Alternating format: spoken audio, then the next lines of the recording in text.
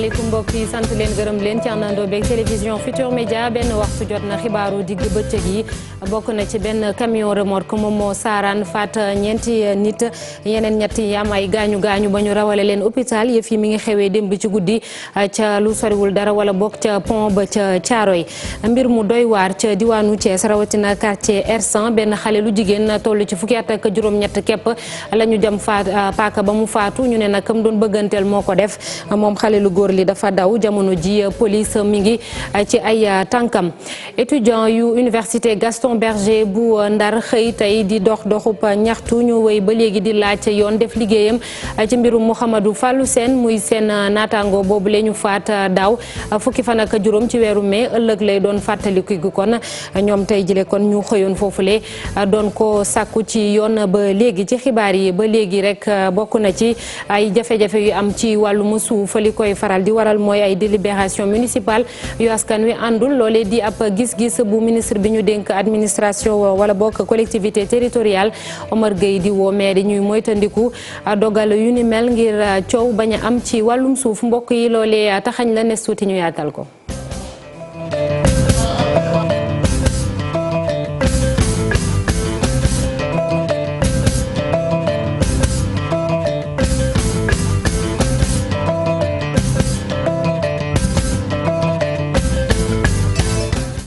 mbokk yi ginnaaw bañ leen nuyuwaatee ba noppi ñu dooree xibaar yi ak mbir mi ñu jot léegi muy Aminata Touré moom nag jamono ji moom moo wutu Aminata Tall fële ca bopp conseil économique social et environnemental du ñàkk kon ci kanam tuuti dinañ ko gën a yaatal wala yeneen jotaayu xibaar ñu ngi leen ko doon wax sànq benn accident bu métti moo am démb ci guddi ca pont bu Thiaroye benn camion remorque moom moo saaraan faat ñeenti doomu aadama ci saasi am na ñett yoo xam ne nag dañ leen rawalee hôpital ñaari scooter la tël ak ñu doon dox foofule ñu ne camion bi nag dafa doon rouler ci sens inverse ñu déglu ci kii nga xamante ni fekkee na accident boobu la démb ci guddi.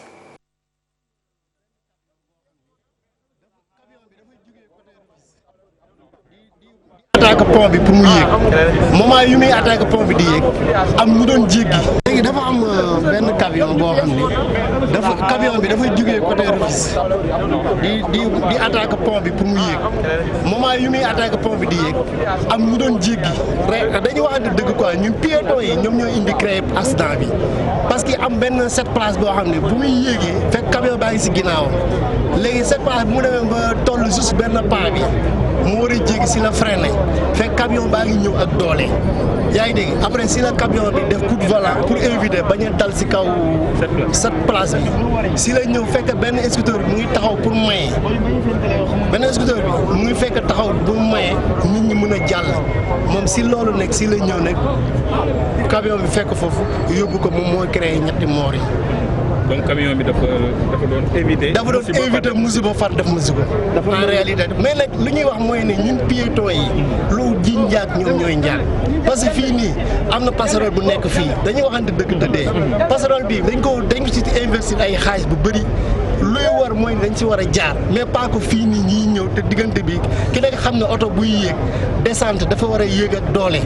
buy wàcc aussi doole lay wàccee yaa ngi dégg bon nga bàyyi passerelle bi nga mën a nene di jéggi fii vraiment doon na loo xam ne toujours que ñun population bi la ñuy def loo xam ne vraiment ñun xamuñu ñu war a def boo gisee lii am yëpp ginnaaw yàlla loolu moo ko indi. autisme moo am fële ca quartier R100 ba nekk ca Thiès benn xale lu jigéen toll ci fukki at ak juróom-ñett képp la ñu jam paaka ba mu faatu ñu ne ab xale lu góor bu mu doon bëgganteel moo def lu ni mel ci benn kër sax la luwele woon moom xale bu góor bi dafa daw ba tax na police mu ngi koy wër jamono jile ñu dem ca Thiès fekk ji fa Cheikh Anta Diop ak Seylatia.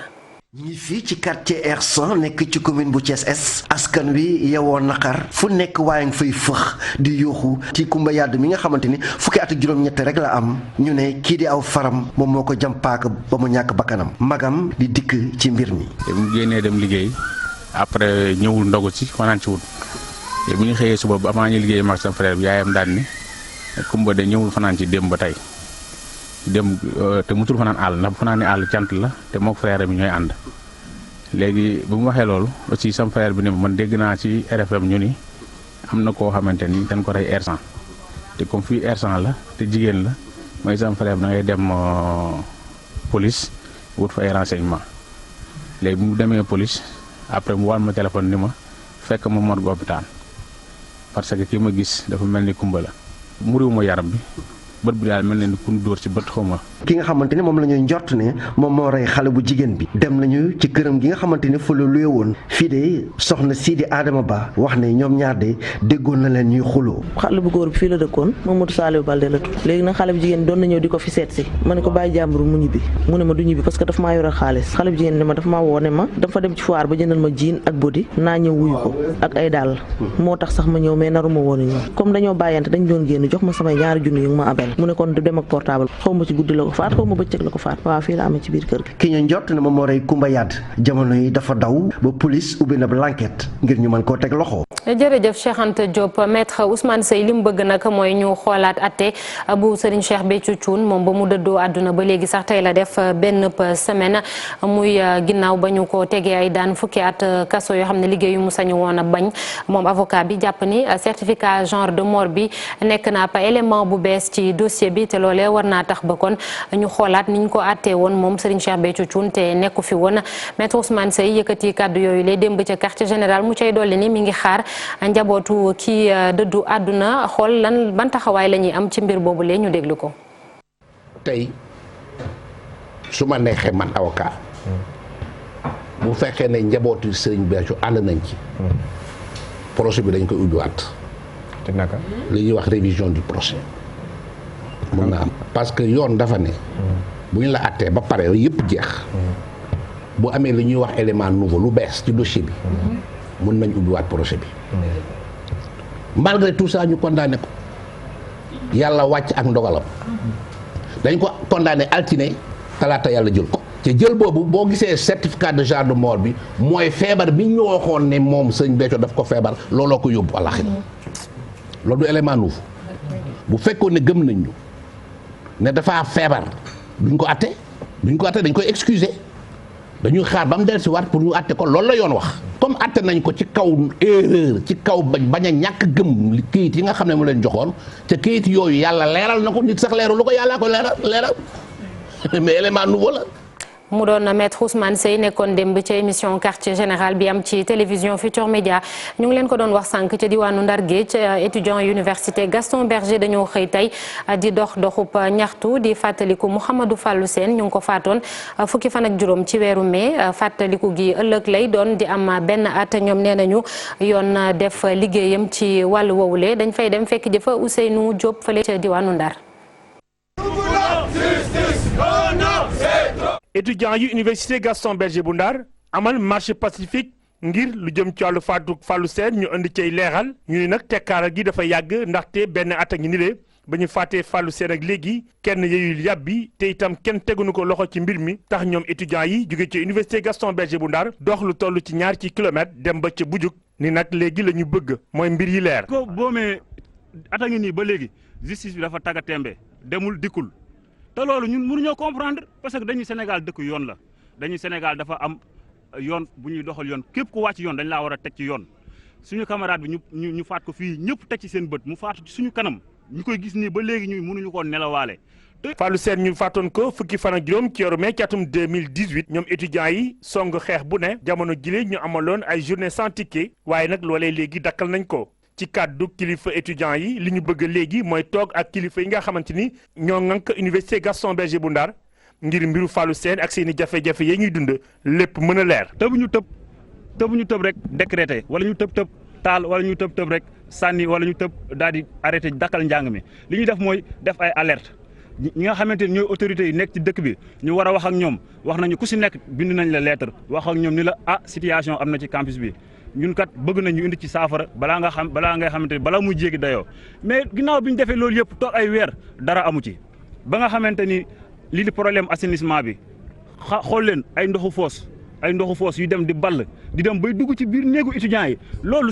loolu xel mënu ko nangu te xel du ko mus a nangu. ñoom étudiants yi nag nii la ñu amalee seen marche bile nee nañu li ñu bëgg mooy Fallou Sène ki ko faat ñu teg ko loxo tax nag ñuy ñaan kilifa yi ñu bay ci seen weewu tànk ngir lépp mën a leer.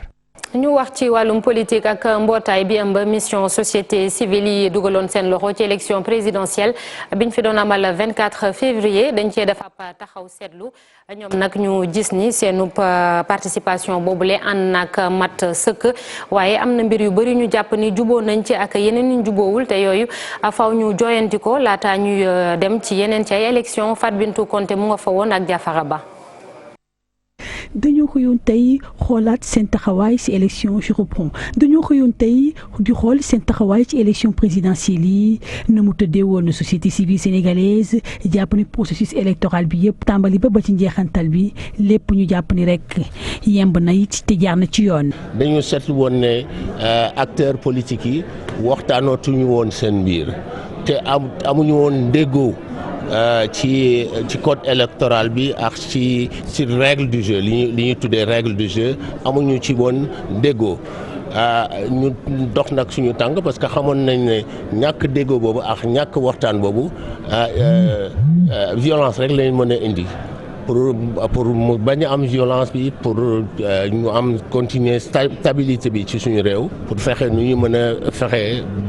ba élection yi mën a dal ñu def ko ci dal. bu fekkee sax ñoom seetlu nañ ci ay rëq-rëq te jàpp nañu ne mënu cee ñàkk. rëq-rëq bi ñu ci gën a metti ñun mooy ñàkk diisoo bi nga xam ne dafa dem ba position yi waroo ba kenn bëggatul wax ak sa morom ci wàllu parrainage bi jàpp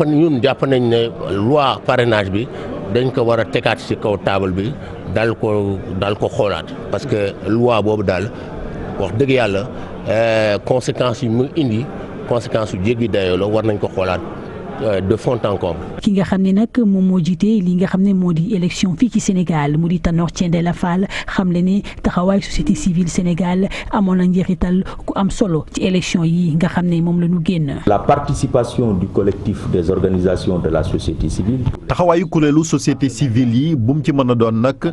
daanaka rek ci processus électoral bi day lu am solo dafa tax sax jàmm am ci li nga xamante ni kon moom mooy processus électoral bi. Elle a été un facteur déterminant dans la pacification du processus électoral. élection locale yi nag ñu fas yéene koo dëppmal yàggul dara société civile sénégalaise jàpp ne dana ci dugalaat loxoom defaat ci jéego yi nga xam ne moom la defoon ci élection yi nii. mbokki xibaar bi ñu dab sànq ñu ngi leen ko doon wax ba léegi rek président de la république ci nomination yi mu koy wéyal Aminata Touré moom lañ tabb jamono ji muy jiite conseil économique social et environnemental mu wutu ca place boobule Aminata Tall mi ko doon jiite at yi weesu yëpp du ñàkk kon dinañ ci dellu siwaat ci décret boobee nga xam ne président génne na ko mbokk yi dañuy egg ak yéen ci sunu gan tey jile maître Abdoulaye Tine lay wuyoo maa ngi lay nuyu maître. waaw maa ngi lay fay. di la sant di la gërëm di la jaajëfal ci dalal bi. avocat nga sa xam-xam màcc ci wàllum yoon kon droit li ñu koy waxee waaye xew-xew bi jamono ji maître Abdoulaye Tine mooy li ñuy coow muy wàllum grâce présidentielle dégg nga ko xañ na ak ñeneen ñi Amadou Wuri Diallo te ñu ko doon tuumal ci procès médicament maanaam garab yu bon yi fële ca Touba Belel moom dañ ko tegoon daan juróomi at kaso ñu ne dañ ko jéggal bu tukkee ci président de la République ci 4 avril waaye dañoo ne këyit boobu noonu gisuñu ko laataa ñuy dem sax ci loolu lan moo ko waral est-ce que mën nga ñoo wax tuuti rek ci yan critère lañ war a taxaw ngir mën a jéggal nit jox ko grâce maanaam ku ñu tëj ci kaso bi. jërëjëf grâce moom ci anam yi ñu ko war a joxe yoon moo ko lal tënk ko condition bu ci njëkk moom mooy grâce bi ku koy def ku koy laaj plutôt wala ku koy bénéficiaire dafa war a am benn acte bi nga xam ne daanu na c'est-à-dire qui est devenu définitif et exécutoire ci c'était pas le cas parce que gis nañ ni ci lu ñu gis ci presse bi mu génn moom mooy moom ak beneen naataangoom ñoom ñoo defoon appel ci seeni avocat donc ça veut dire que premier critère bi nga xam ne moo ci gën a fës amul woon ci beneen bi nag bu ci tegu moom mooy mbirum grâce bokkul ak amnistie grâce mooy dañuy baale dañuy dakkal peine bi dañ koy wàññi. maanaam niñ la tëjee ci kaso bi. dañuy wàññi peine bi wala ñu dakkal ko wala mën nañ ko changer def ko benn peine bu gën a oyof mais boo xoolee ci affaire bi ci dossier bi li ci njëkk. critères yi loolu kese la nga baal ma maître wala des na. waaw des na beneen critère. parce que boo gisee critères yooyu léegi daa am ay domaines yi nga xam ne aussi mënuñu ci baale. par exemple muy ay amende fiscale douanière ou en matière administrative léegi critères yi nag boo ko defee noonu moom mooy ñaari façon amnistie moo am daa am amnistie bi nga xam ne yow yaa koy laajal sa bopp yow yaay jël sa këyit waaw grâce plutôt bi nga xam ne yaa koy laajal sa bopp yaay demander président mu bal léegi beneen bi mooy collectif comme 4 avril wala président bi nga xam ne day jël fonction tradition républicaine dafa lal ni la plupart du temps dañuy baale mais bi 4 avril la woon ce qui veut dire que grâce bi bu ñu jëlee ñi nga xam ne ñoom ñoo ko war a bénéficier am na beneen condition bi nga xam ne moo ciy laloo maanaam ñooñu déjà la plupart du temps foog ñu nekk seen diggu peine et que waruñu am peine de sûreté parce que des fois yoon dalay daaneel mais day wax diiru nangami at kenn mënu la baal léegi moom bu ñu gisee ci yooyu ci àtte boobu condition yooyu yëpp amul benn bu ci réunir boo ñëwaatee aussi ci procédure bi grâce bi bu ñu ko naree def dañu koy yónnee procureur dañuy yónnee procureur dossier bi procureur bi nga xam ne tribunal bi nga xam ne ñoom ñoo joxe woon àtte bi moom day gëstu saytu mbir mi xool ndax est-ce que ñi nga xam ne ñooy laaj grâce éligible ne su dee éligible nañu mu joxe avis favorable bu joxee avis favorable dossier bi day jóge foofu dem ci ministère de la justice am na benn direction bi nga xam ne moom la ñuy woowee direction des affaires criminelles et des grâces bu ñooñu saytoo ba xool ba xam ni ñiy laaj grâce yelloon nañu ko parce que ñu ngi ci conditions yi nga xam ne moom la yoon lal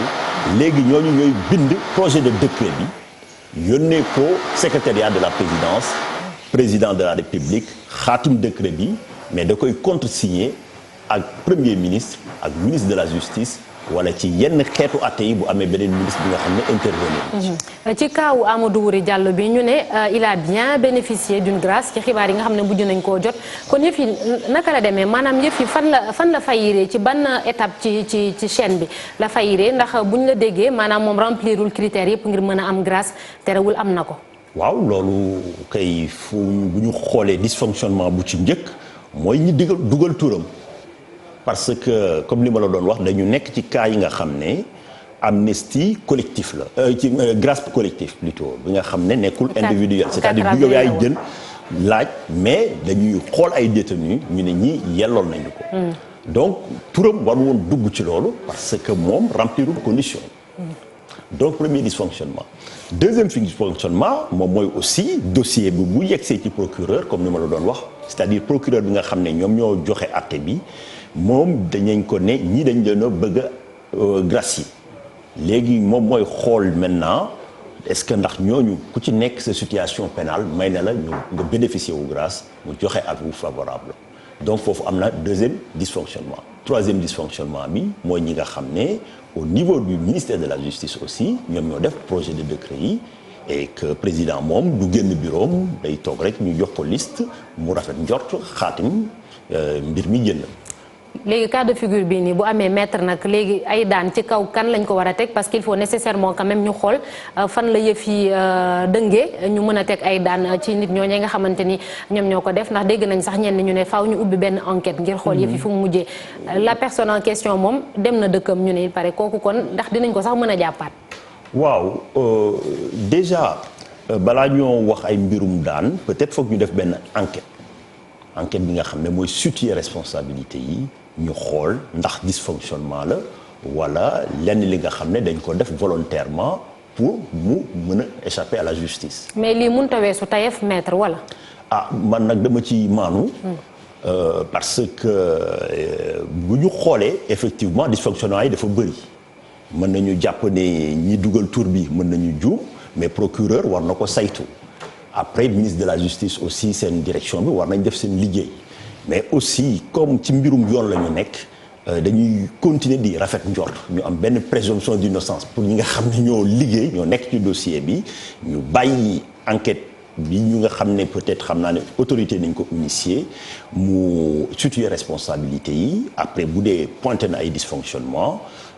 peut-être ñi nga xam ne ñoom la seen responsabilité impliquée yoon bu waree indi ay daan dina indi ay daan. parce que yëf yi tamit fi mu gënee feeñ mooy procès bi dafa nekkoon en appel yaa ngi doon wax sànq ni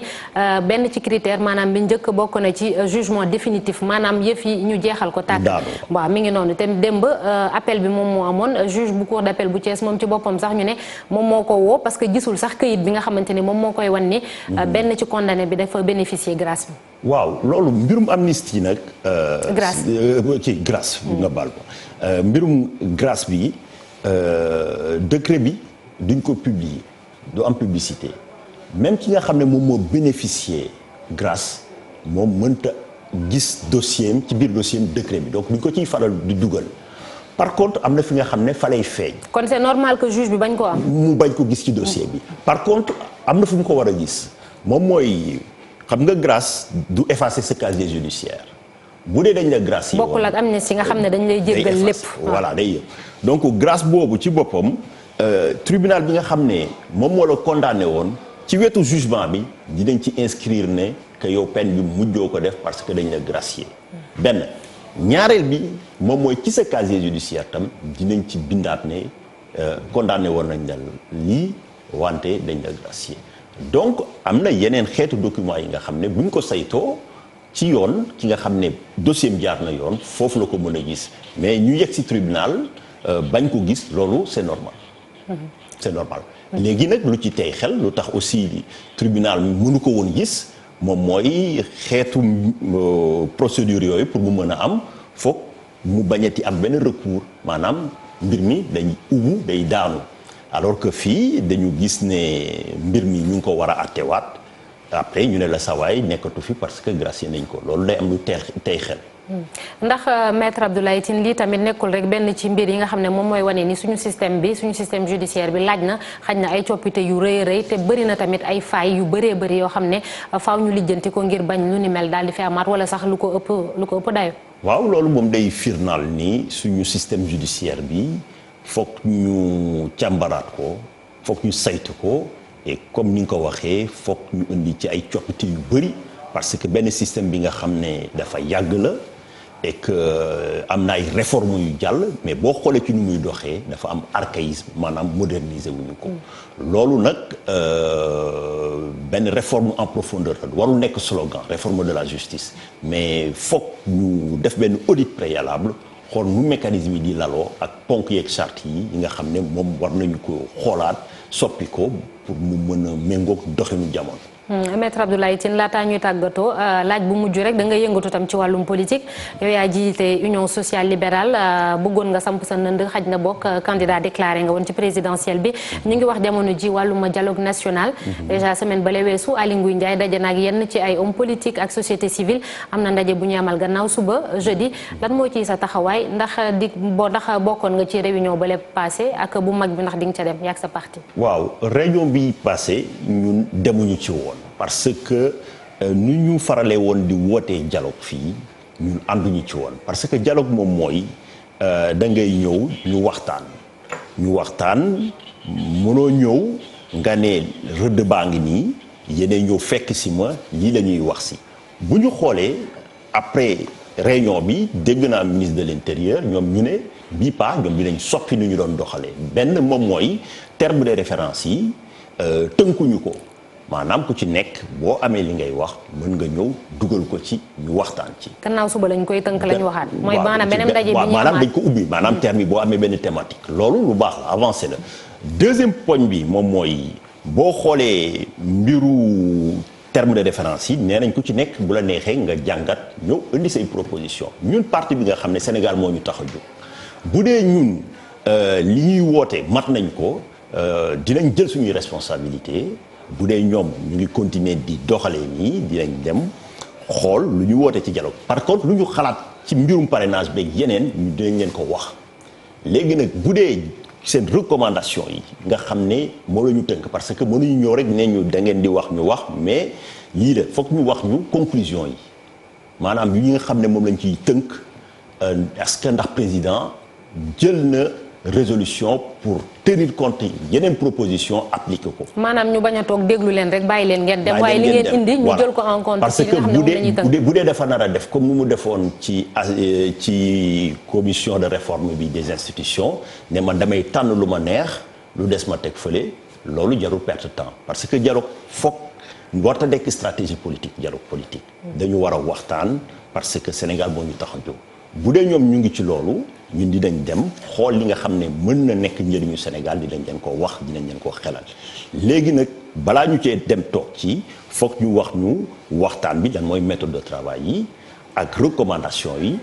ban sort la ko président nar a jox. kon alxames di ngeen dem teew. pour xam loolee lépp fan. yooyu ñu ngi koy gëstu ñu ngi koy gëstu wóoragul ndax di ngeen dem wóoragul ñu dem parce que ñu ngi koy gëstu bu dee garantie yooyu am na dinañ dem. mais bu dee mbootaay la rek pour nga ñëw toog mais président lu muy dogal na ko ñun am nañ yeneen itte yi nga xam ne dañ ko doxi au lieu di dem di passer benn jour. jërëjëf maître Abdoulaye Tine ñu ngi lay sant di la gërëm nga nekk avocat jiite tam parti boobee ñu naan union sociale libérale ñu doon waxtaanee ci wàllum grâce ak tuuti ci wàllum politique di la gërëm bu baax a baax. mbokk yi ba léegi rek ci xibaar yi ñu doon wax sànq Aminata Touré mi ñu tabb muy jiite conseil économique social et environnemental am na beneen décret bu président Macky Sall génn mooy promulgué kon décision loi boobee kon bi fi dindi premier ministre kon nañ jàpp ni Sénégal bés ni ki tey amatul premier ministre. bi ko nekk ki ko nekkoon di Mohamed Boun Abdallah Dionne kon décret boobule moom moo promulgué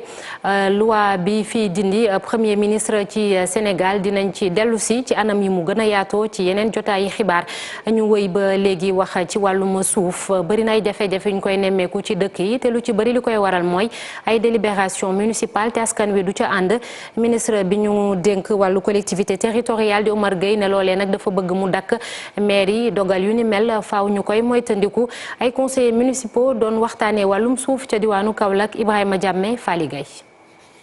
ñuy faral di gis ay askan di wàcc ci mbedd mi ndax ay délibération yu nga xamante ne seeni conseillers municipaux ñoom ñoo koy def ci suuf si te yëguñu tinuñu ministre des collectivités territoriales di ñaax naataangoom yi ñu xoolaat bu baax a baax seen gestion ci wàllu suuf si. waaw bu ñu waxantee dëgg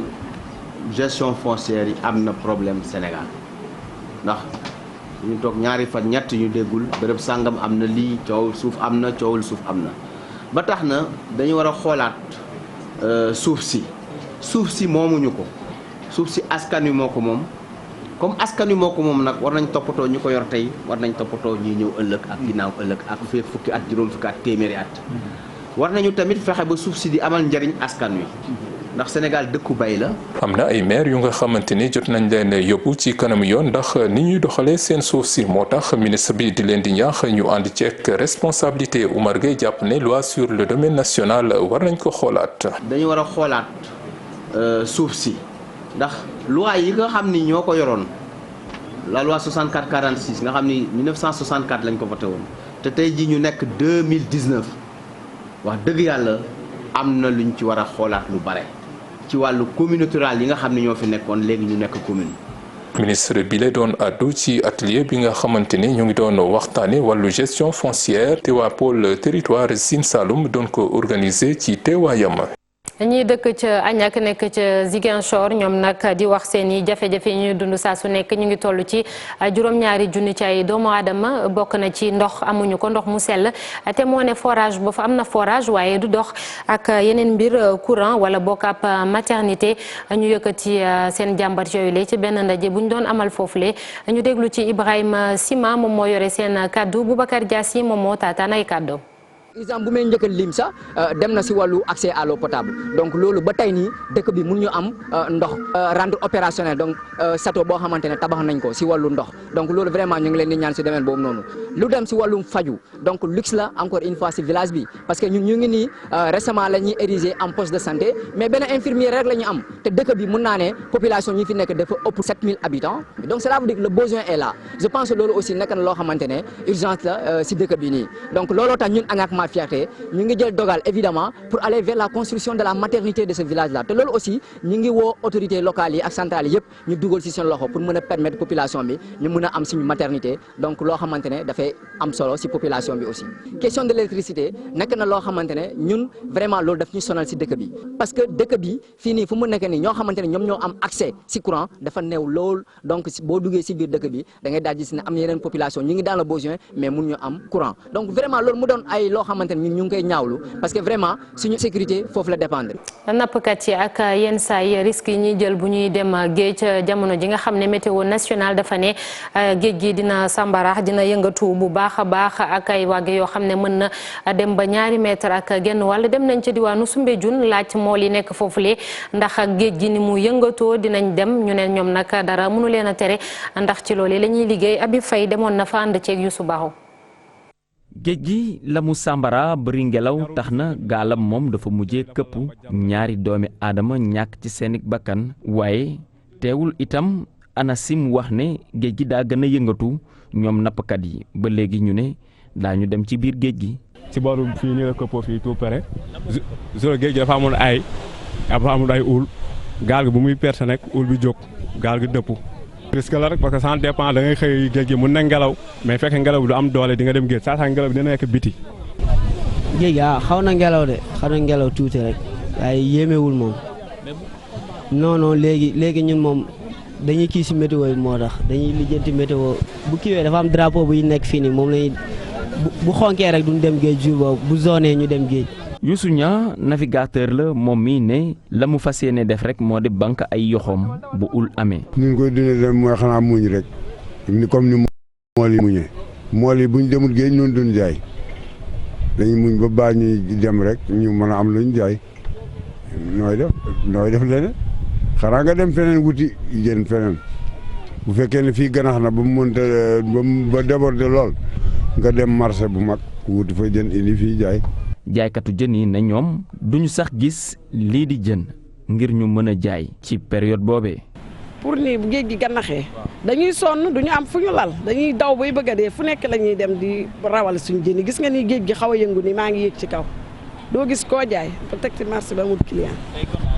arrangé wuñu kay nga jënd sa jën mu seer ba bëgg a dee ndox mi yóbbu ko loolu kay neexul.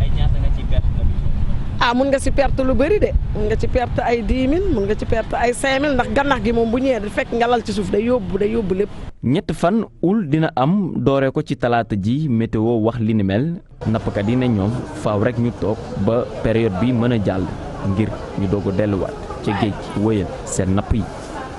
jërëjëf Habib Faye tàggat yaram ñuy waajal jamono ji coupe du monde ñi nga xam ne seen at motagul 20 di am ca Pologne 20 fan ak ñett ci weeru mai ba 10 fan ak juróom ci weeru juin